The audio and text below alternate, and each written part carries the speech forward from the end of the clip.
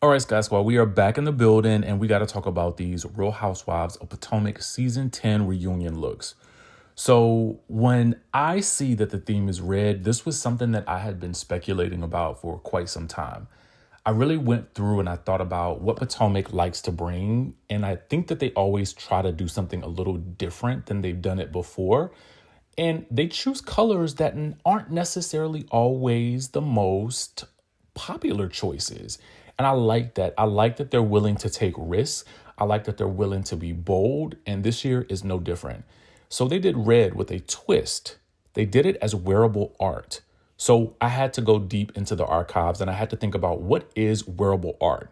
So, as a definition, wearable art or artware refers to handmade, unique, or limited edition garments and accessories created specifically as artistic expressions rather than for mass productions. Merging fine art with fashion, these pieces often utilize unconventional materials, techniques like embroidery or sculpting, and act as a canvas for individual expression, transforming the human body into a moving exhibition. So that is the lens through which I am looking at each of these pieces.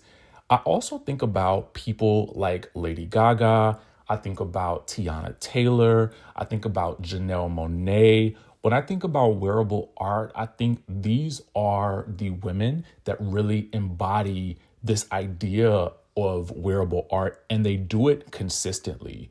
Or I think that they do their own little take on it and it works so well for them. And I think that they each do it in their own unique way that make it special for them. So as I look at these ladies of Potomac, I am going to look at this from the perspective of what is wearable art? Did they hit the mark? Do they hit the housewives mark? And then do they do themselves a service with the particular look based on their personality? So I'm combining all of those elements and I'm thinking to myself, is this wearable art? Does it look good? And does it give that housewives serve? Because here's the thing. You could tell people that the theme is wearable art, but they will also want it to serve. It must slay, as the kids say. So let's take a look at some of these looks and determine if they really slay, if they hit the mark, or they completely missed. Let us know in the chat what you think. I have got to start this off with Wendy Asefo. My God, this red, it looks like it's liquid just dripping off of her body. And the whole feather cape moment of it all, I don't know that this is wearable art, but she looks like a piece of art. So this is superior to me. We know that this was done by Paris Chia, who also worked with Britt Eady, Kelly Farrell, Portia Williams, Marlo Hampton, and so many more. This is a Sergio Hudson gown. Details you can find on Fashion Bomb Daily. Y'all, I love this look. I think she hit the mark. She hit the serve of it all. And I think that's going to be something that's the most important because not everybody is going to be familiar with the theme. So she definitely hits the mark and hits all the right notes. I feel like the hair was Wendy's style. And I think that the dress, oh my God, she just eats this whole thing up. I just love it. I really don't have any other notes. In terms of the art of it all, we could do with a little bit more art, but because she looks like a piece of art, I'll take it. I will take it. Give it to me. Inject it into my veins. Can we have a moment for the Grand Dame? Can we just have a moment for the Grand Dame being back in the building? I absolutely love what she wore. Now, it's just edgy enough that I think it's her. She has actually gone edgier, I think, but I'm not mad at this because I also feel like this may be an indication of the persona that Karen is I don't want to say is wearing right now, but that she is embodying right now. Maybe someone a little bit more demure, more laid back, more contrite. We don't really know yet. What we do know is that, she is definitely doing the doggone thing. Can we talk about Miss Stacy Rush for a second? Can we really talk about it?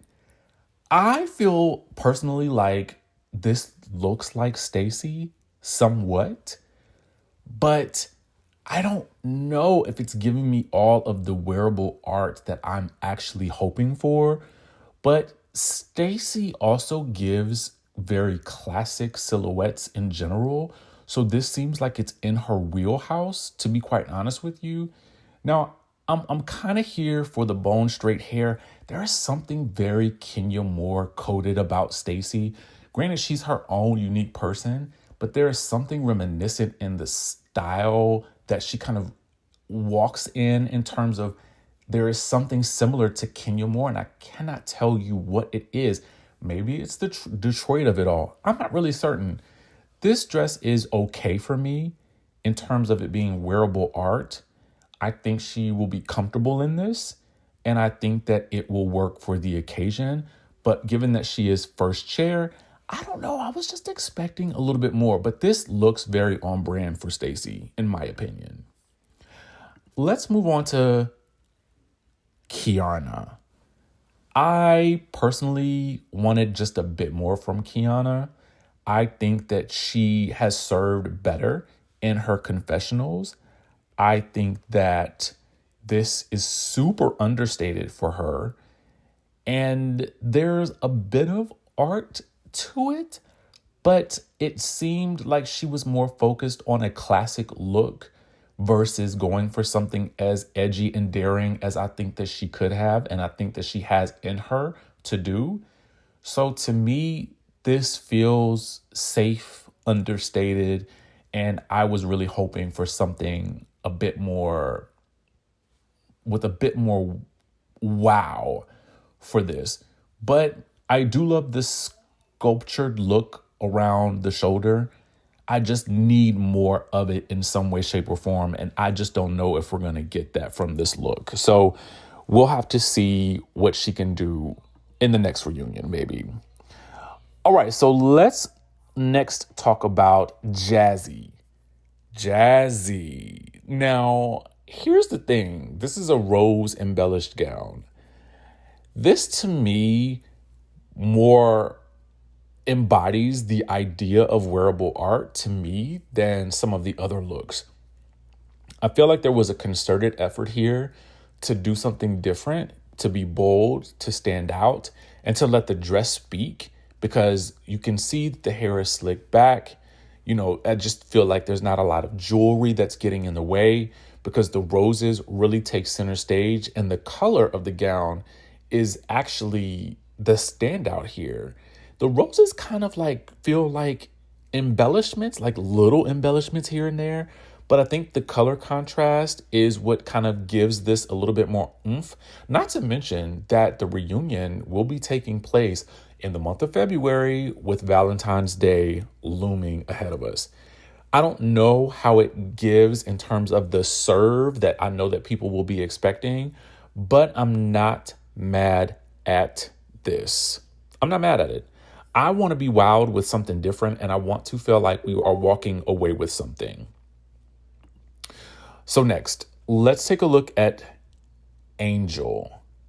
Angel is giving sexy pinup in this dress and her overall look. It's giving boudoir chic, but I don't think that it's really giving me anything in terms of wearable art. She looks great, but the dress to me, it's just okay. The overall look is just okay. The red looks great on her. The black hair stands out, obviously. The red lip is great, but there's something about it that feels like old Hollywood glam when I feel like I should be looking at wearable art, and I just don't see the artwork here. So I don't know where we go with it other than she looks great, and it looks like she might be going for a nice date night out. Let's talk about Ashley. Ashley, well, here's the thing. I get where we have the artwork coming into the design and structure of the bodice of the gown, well, dress, because it's short. So to me, it's appropriate for Ashley because it feels age appropriate. It feels youthful. It feels like her vibe. There's a shot of her in a fur coat. I actually kind of like that better than just the gown, but I do enjoy the gown in general. But I'm still looking for more of those big moments, those aha moments.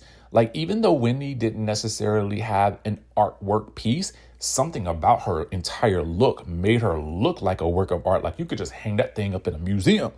But, this looks like, yeah, I'm going running around in the streets, girl. And maybe it's because she's in the street in this shot. I don't know. I just feel like she looks beautiful overall. I won't deny that, but I'm just not getting the wearable art of it, and I'm not feeling like I'm wowed. Let's talk about Tia. Hi, Tia. I get a little bit more of a risk here. I am not a fan of what's happening at the waist because I feel like this dress, for some reason, makes her appear a little larger for some reason. Like, there's something there. And I love the curves in general, but there's something about that waist that I feel like it gives such an exaggerated waist. And I think that that's what's throwing me off. And I don't like the coloring on that because I feel like it's supposed to be nude at the waist. She looks amazing. I'm not really sure what the hair is doing, but it's enough to keep me talking, but it's not my favorite. Okay. Now let's go to Monique. So it's hard for me to judge Monique's gown fairly amongst the other ones because I have to be honest, my best friend did design this. I knew what the inspiration was for it when I saw it because I sort of get what they were going for in terms of wearable art. I know what the pyramids mean for Riley and Monique in terms of this design because I've had that conversation once the gown came out yesterday. So I kind of know what I am looking at here, whereas I do think that a lot of other people may not understand what the theme is or was. I think that they hit the nail on the head with the theme, but I don't know that it will always resonate with the viewer in terms of just the serve of it all. I dig it, but that's me. I'm looking for something different. I'm looking for something edgy. I'm looking for something meaningful because I know what wearable art is. So this is actually what I'm looking for. But will it be what you're looking for? Because ultimately, whether they hit the theme on the head or not everybody will understand the theme of wearable art. So this is going to be one of those ones that's kind of controversial. So let's also go with Giselle. All right. So to me, this dress looks like Giselle. So it does embody her personality. It feels very safe to me. I don't really get a sense that this was art or that there is any artwork involved in this. And as such, it kind of falls flat for me. Otherwise, she looks great in red. They all do, but I just don't know that this really fits the theme for me, but I think it fits the theme for her. So let's see. One of my favorite looks, obviously, has got to be Dr. Wendy's. I think that she combined so much here, and Wendy always knows how to pose and deliver on the things that really matter in terms of what visual we see when those images are posted. So she took control of the narrative of her photo. And this looks like her own photo. Like someone took this for her, and this is the one she said, you guys need to use this. So to me, she gets the top prize. And then I think for me in the bottom, I think it's going to have to be Giselle. The reason being is because she's an OG. I expect a lot from her at this point. She's been on the show for 10 seasons now. The theme is wearable art, and I've definitely seen her look better. This also looks, or it resembles material that she's worn before. So I kind of wish she would just have stepped out of the box just a little bit more to really give us something super exciting, something that we really remember, something that was just on the edge of, do I really understand it versus do I even really like it?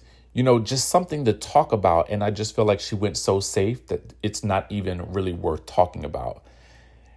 The least I can say with Tia's, while I may not like it, is that I do feel like she made an effort to do something to stand out. And I think that is what is important in this day and age, is you got to stand out and you've got to get people talking. That's the name of the game with social media these days. So those are sort of my polarizing thoughts on who hit it, who didn't, who nailed it for themselves, and who did something different. But let me know what you guys think in the comment section down below. I'll be interested in hearing your thoughts. Oh, and the reason why this video is not done as a live like I would typically do it is because I am on the road, so I'm having to kind of piecemeal this together. So I do apologize for that, but we will be back. We'll be back.